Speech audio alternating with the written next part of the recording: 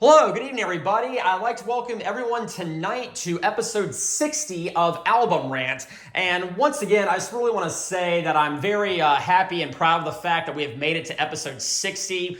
A long time ago, I never thought it would still be going on after all this time, but it still is, and I have you, the fans, to thank for that. I have you, the subscribers, to thank for that, and I just really want to say I really appreciate everyone's support because, I really think that this channel could be a really great thing for people very interested in the genre that I am reviewing.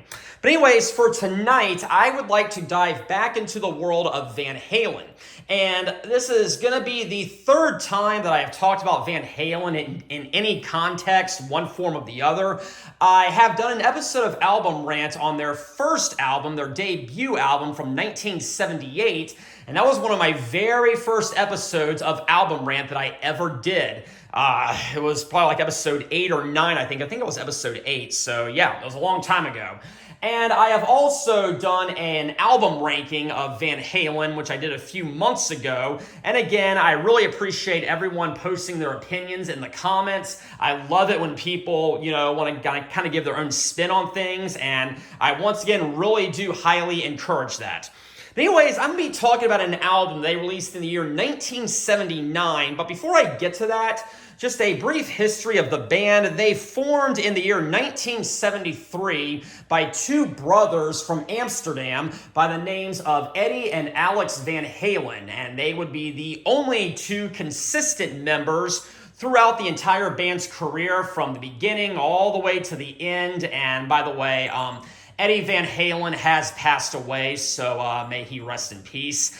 But anyways, Eddie Van Halen was the band's lead guitarist, and he is known as one of the greatest guitarists who has ever lived. Right up there with the likes of Jimi Hendrix, Jimmy Page, Tony Iommi, Ritchie Blackmore, and of course others that I'm probably leaving off or not mentioning. But anyways, Eddie and Alex first decided to start jamming together in the year 1964 in their very early days. And they went through a variety of names before finally deciding to call the band Van Halen. And actually, a fun bit of trivia, they actually at one point considered calling the band Genesis. Well, it actually turns out there was another band called Genesis, or another band who took the name Genesis, so that didn't really quite happen.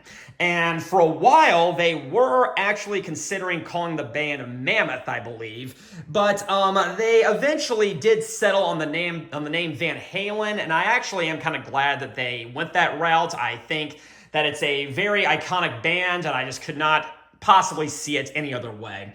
But eventually, they were joined forces with two other musicians, Michael Anthony on the bass and David Lee Roth on lead vocals. So this is what is considered by most people to be the very, very classic lineup of David Lee Roth on lead vocals, Eddie Van Halen on lead guitar, Michael Anthony on bass guitar, and Alex Van Halen on the drums. And they released their very first album, their debut album, in the year 1978, and it was entitled Van Halen. And that's not uncommon. A lot of artists do name their debut albums after the band, such as Black Sabbath, Led Zeppelin, Iron Maiden, Kiss, Rush, and many others that I'm, again, probably leaving off the list, but it's really not that uncommon. But guys, that debut record, which I did rank as the greatest Van Halen record ever, it was absolutely incredible, and some of their most well-known songs are off of it, such as Run With the Devil, You Really Got Me, which was a cover, Ain't Talking About Love, Janie's Crying, Gonna Feel Your Love Tonight, or Feel Your Love Tonight. And of course, there was Eruption, which was a little instrumental. It's only about a little over a minute, maybe just shy of 2 minutes. But it is considered to be one of the greatest guitar solos ever recorded, and it is very, very iconic. And it was one of the... When I first got into these guys, I bought a greatest hits, and Eruption was the very first song on it, and I was absolutely hooked. And that debut record has gone down as one of the greatest records ever recorded, and it was a huge, huge, huge mega hit. So of course, obviously, after they were done touring and everything, they wanted to get right back down to work and release a follow-up. I mean, there was definitely a lot of fan anticipation for it. So what did they decide to call their second album? Well, guys, I gotta say, they called their first record Van Halen. Yeah, not too creative, but you know, like I said, a lot of artists do that. So of course, they had to come up with a very, very creative title for this. And they actually did. This is one of the most clever, original, and very unique titles that I have ever heard for a record. This is something that a lot of people were just blown away by. And the name of the record was very appropriately titled Van Halen 2. And boy, I just cannot get over how clever and original that was. But anyways, this right here is the cover for the album. And again, it was released in 1979. Now, that first record was considered to be a very nice blend of hard rock and heavy metal, so we're going to see what this one is all about as well. Now, as you can see right here, we have a picture of the band. We have David Lee Roth right there, and I gotta be honest, I think he is a fine vocalist. I have seen him twice in 2012 and 2019. And yes, he's gotten pretty old and he was pretty terrible then, but I'm pretty sure back in the day he was competent. We have Eddie Van Halen right there, may he rest in peace. We have Michael Anthony right there, who is currently with the Sammy Hagar solo band, which I saw last summer, and I was very impressed by it. And then over there, we have Alex Van Halen on the drums. Now, unfortunately, I have really touched on this a lot. Sometimes record companies, they put the track list on the back of the record and they put it out of order. And well, this is no exception, so I'm going to have to kind of skip around quite a bit and kind of rearrange all these songs into the appropriate order. It's slightly frustrating, but it'll be all right. Now, as I said, that very first Van Halen record was considered to be a very good blend of hard rock and heavy metal. Well, on this one, at least Eddie has said that he really tried to put a variety of songs on here. And he really tried to stretch and expand the sound out. And so some of these songs are seen as very light and poppy, while others are seen as more dark and murky. So let's go ahead and dive right into it.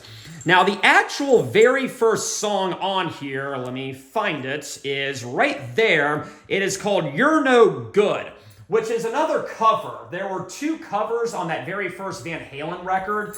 It was a cover of Ice Cream Man and You Really Got Me, but this is the lone cover off of Van Halen 2. And y'all know the song. It comes on the radio a lot. It's a Motown song. You're no good, you're no good, you're no good, baby, you're no good. And well, I was never really that big of a fan of Motown. I mean, I didn't really mind Diana Ross, and my mom was a big fan of Diana Ross back when I was a little kid, and so, I mean, some of the songs were kind of nice, but this one never really stuck with me. But I think the cover by Van Halen is actually pretty decent, and you might think that this would be one of those more light and poppy songs on here, one of the more bubblegum pop type songs. It's really not. They did a very, very dark and murky cover of it, and I was actually kind of surprised by it. It does not sound like Motown at all. It sounds so doomy. Like the bass is the very first thing that comes in. It's like dum dum dum dum dum, and then things just slowly start picking in, and it's got a very slow and brooding rhythm to it, but it actually does kind of work, and I think it is a decent cover for what it is. Now, guys, if you're a fan of the original, this is probably not going to be your cup of tea. If you really like this cover, the original is probably not going to be your cup of tea. But I really do think, like I said, this is a good cover, and they really do put a very interesting spin on it. Now, one of my criticisms about this album is David Lee Roth. As I said, he was a fine vocalist, nothing special, however. He's got this little screech that he does all throughout the album. It's quite strange, actually. But, you know, I mean, it's something I guess he tried out, and I guess he didn't really like the way it sounded, or someone didn't like the way it sounded, because I don't think he really does this much on other albums. Now, we are then going to come to track 2. I gotta find it, and it's going to be right there. Track 2 is Dance the Night Away. And this is actually the most well-known song off of this album. This is going to be on the majority of greatest hits albums, and actually the 2 that I know of, it is on there. And this, like I said, once again, is the big hit single from Van Halen 2. And this one is a little bit more light and poppy in approach. I mean, it's definitely not a pop song. It's still very much a rock song, but it's much more upbeat, and it's much more, it's got much more of a positive atmosphere about it, I guess you could say that. But I mean, it's kind of slow. Well, it's not, actually, I wouldn't really say it's slow. I guess it's kind of mid-tempo. But again, it's got a very, very smooth rhythm to it. And, well, I gotta say, it is very catchy, and it's a very fun song to sing along with. And I definitely would recommend it. Fun fact, this was actually featured in the soundtrack of the 1998 film Mission to Mars, and, well, we had some guys up in space listening to it, and, well, I kind of have to appreciate that. Okay, but again, this has really been seen as more of a bubblegum pop song, but still very much a rock song. It's just, like I said, more upbeat and poppy, and it almost has a calypso rhythm to it, which is a very interesting approach. Like I said, Eddie has said that he wanted to really stretch out and dive into various genres, and I definitely respect that. So that was track number 2. Track number 3 is right there, Somebody Get Me a Doctor. And this is one that I really thought was kind of disposable the first time I heard this album, and it really took me a long time to really start to appreciate it. But yeah, man, it's a very, very heavy number, and it's a very dark number once again. Apparently, what this is about is being high and feeling good and ODing, stuff like that.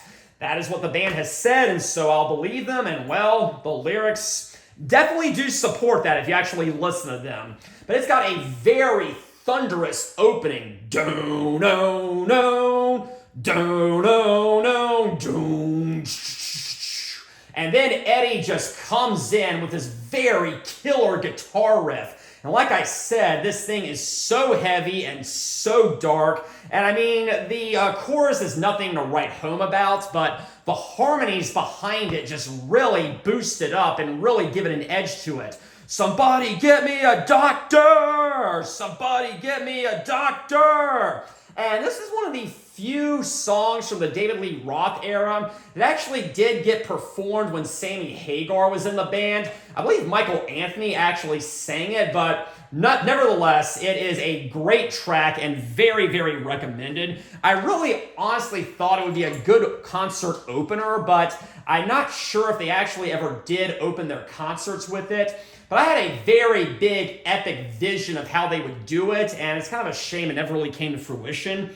But this is actually one of the very first Van Halen songs that was ever written. It was written right around the time they were writing Running with the Devil, and it was among some of their very first demos that they actually wrote with Gene Simmons, of all people. And I think that they actually wanted this to be on the very first album, that debut album, and Ted Templeman actually held it up and actually prevented it from being released. And kind of a shame, because that would have made that first Van Halen record even better, but we got to hear it nonetheless, and it definitely makes Van Halen 2 a much better record. So after that, we come to Bottoms Up, I believe. Yes. Where is it? Yep, right there.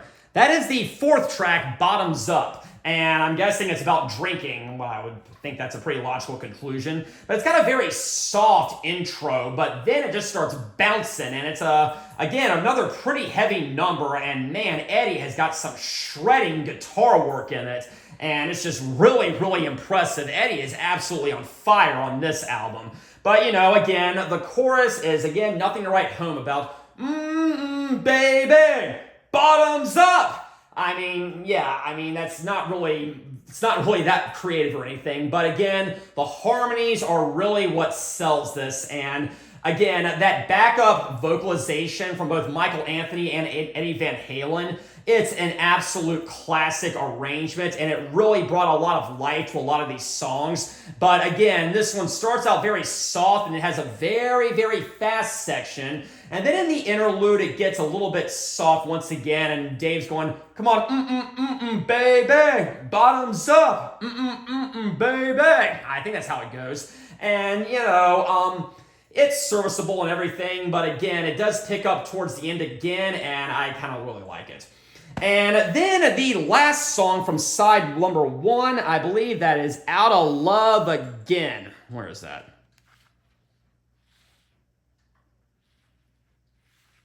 Man, I can't find it. This is embarrassing.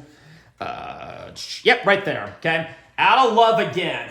Again, this is another pretty straightforward song, a pretty heavy rocker, and I never really gravitated much to this one when I first heard it, but again, it's a very solid number from Van Halen, but I would say this one is kind of by the books, kind of by the numbers, but you know, out of love again.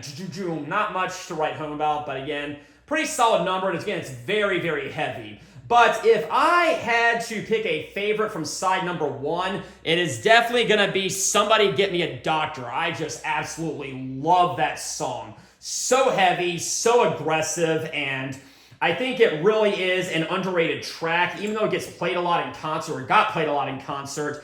I think it's a track that not enough people have heard, and you really need to check it out. So that is going to be side 1, and we are now going to move on to side number 2. And the first song from side number 2 is going to be Light Up the Sky. And there it is right there. And again, this is a song that the first time I heard it, I didn't really think there was really anything special about it. But man, it starts out with a very, very killer guitar solo, and it's actually kind of proggy, believe it or not. This has been seen to be very reminiscent and compared to the works of Rush, of all people. And I gotta admit, it does have these various sections within it, and I think that really is kind of an interesting approach for Van Halen. But again, it starts out again very, very fast. It's got a very killer guitar intro, and then it starts moving and moving and moving, and I actually love it.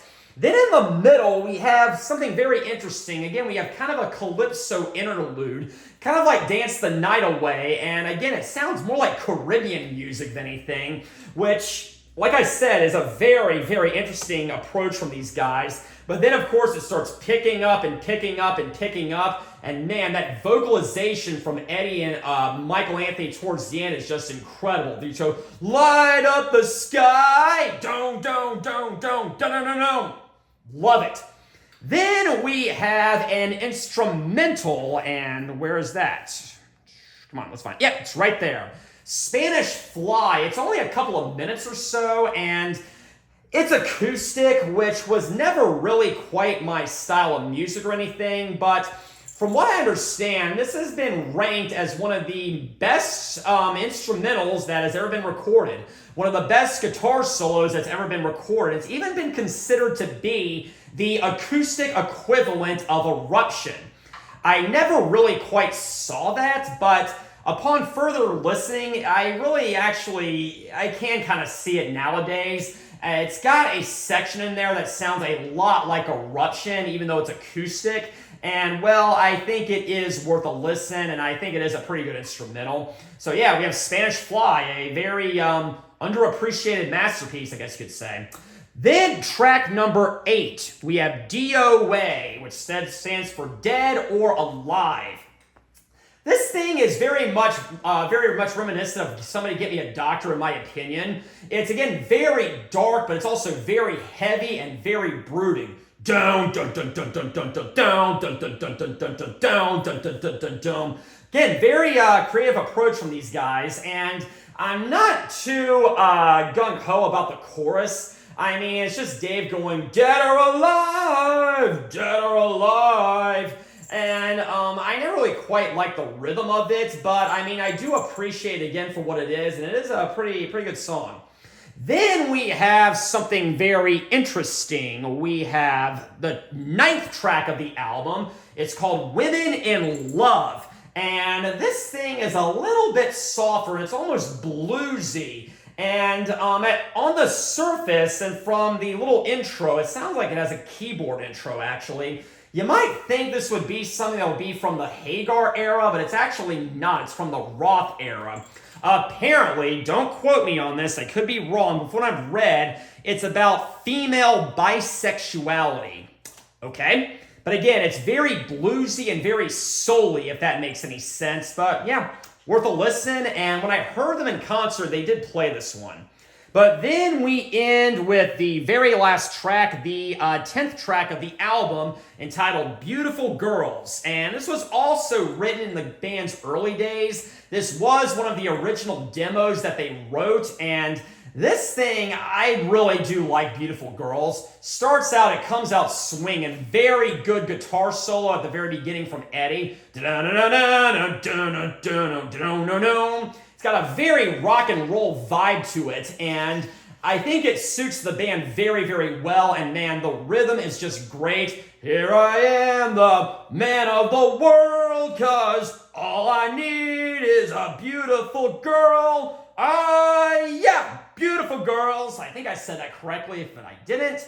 Feel free to correct me in the comments, just don't be too brutal. But yeah, that's Beautiful Girls. It's very heavy, very raw, but again, it's got a very upbeat feel to it, and I absolutely love it. And I think that is my favorite from side number 2, but my overall favorite from the album is probably Somebody Get Me a Doctor. Where was it? Right there. So yes, I do recommend Van Halen 2. My only real complaint about this album as well, David Lee Roth. He's got this little screech that he keeps doing every now and then, and I think it's kind of irritating. But again, that's a very minor complaint. And at the end of the day, guys, you cannot let small little nitpicks take you away from the beauty and the magic of what is truly a great album. And I do very much recommend Van Halen 2. I do think you should get it on vinyl. It sounds a lot better on vinyl, and I just have the remastered edition. I've come to notice that original presses tend to sound better. I don't know, it could be wrong, but that's just something I've noticed. But even the remastered version, I think, sounds incredible. So if you have a record player, if you're into vinyl, I do recommend getting it on vinyl because the sound quality, I believe, is far better than the CD. So anyways, thank you all for joining me tonight. Next time, I'm going to be reviewing some very bad boys. But until then, have a very pleasant evening.